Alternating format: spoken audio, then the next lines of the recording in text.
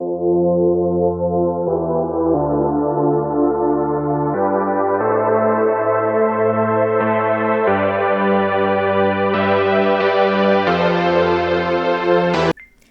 there, it's Stephanie Shea, Chief Astrologer for janspiller.com with your monthly horoscope, and this one's for you, Leo. We have got some astrology coming up in October that supports the discovery of your inner truth, but you're going to need to keep a cool head to make the most of the astrological energy. We're experiencing the rarity this month of 2 full moons in 1 month, as well as 2 inner planet retrogrades, which translates to a big yellow proceed with caution sign. It's not that you have to freeze and do nothing, but it is time to go slow and thoughtfully. So the first full moon of the month on October 1st will be in Aries, and this forms a favorable trine to your sun. If you were born on or around August 1st of any year, you'll probably feel energized the most by this full moon. Those with Leo rising at around 9 degrees of Aries will also receive some positive vibes. I should correct that, those with 9 degrees of Leo rising. The moon will be at 9 degrees of Aries. Correction. Okay, with that said, know that full moons bring out everyone's emotional sensitivity, and it will be important to handle yourself and others with care. We've got the second full moon in October on the 31st, Halloween in many areas of the world, and it's in the sign of Taurus. Now, this full moon is rare not only because it's the second full moon of the month, but it's also combined with a high intensity conjunction to Uranus, and this will square your sun. So if you were born on or around August 31st, or if you have 8 degrees of Leo rising, you're going to feel this full moon the most intensely. This is going to be a time to step back and rely on logic. You're more likely to jump to conclusions and have knee-jerk emotional reactions under this astrology. So it's definitely good to know when this full moon is happening so you can take a breath and double check your facts to avoid unnecessary stress and confrontation.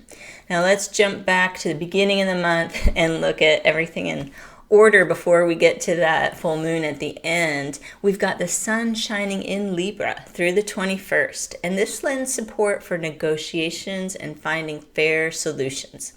Thoughtful communications will be effective under this astrology, and particularly if you have a conversation or send a communication before October 13th. I'm going to talk more about that because that's the date Mercury will station retrograde.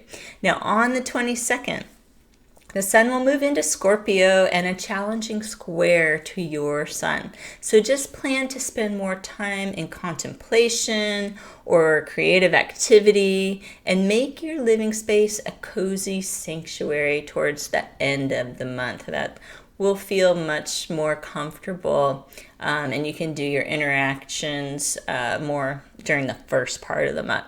Now, Mars will be retrograde all month, and that puts an emphasis on educational pursuits.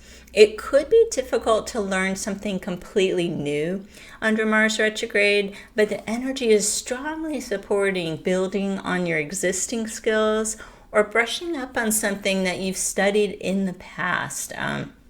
It's common under Mars retrograde to become very inspired about a pursuit. I would say with Mars retrograde in Aries, it could be a childhood pursuit. Some people return to a musical instrument they used to play, maybe a physical activity.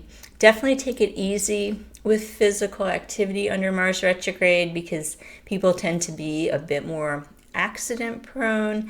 But we definitely need to be moving our bodies, especially in a playful way, dancing. Just know, take it easy. Mars is retrograde in Aries. And if you're considering a new educational path, just wait until after November 13th when Mars will station direct, and you'll have more clarity about committing to a new plan in regards to that. Let's talk about Mercury retrograde. It's stationing retrograde in Scorpio on October 13th, and by October 29th, it will be back in the late degrees of Libra. So this could cause some miscommunications, particularly with family members, as well as delays in any home-related projects. It's really best to try and keep the status quo for now.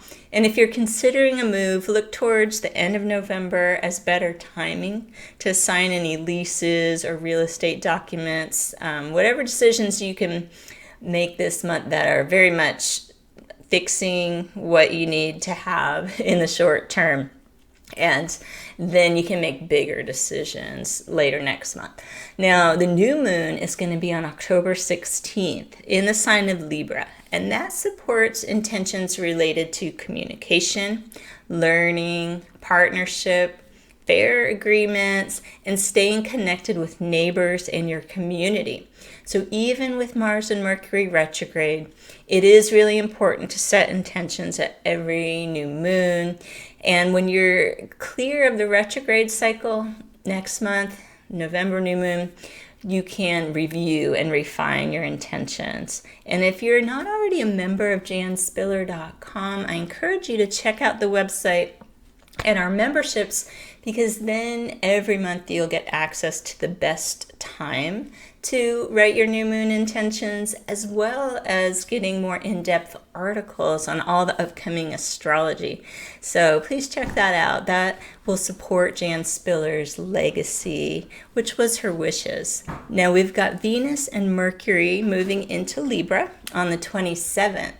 And Mercury will station direct in Libra on November 2nd or 3rd, depending on your time zone.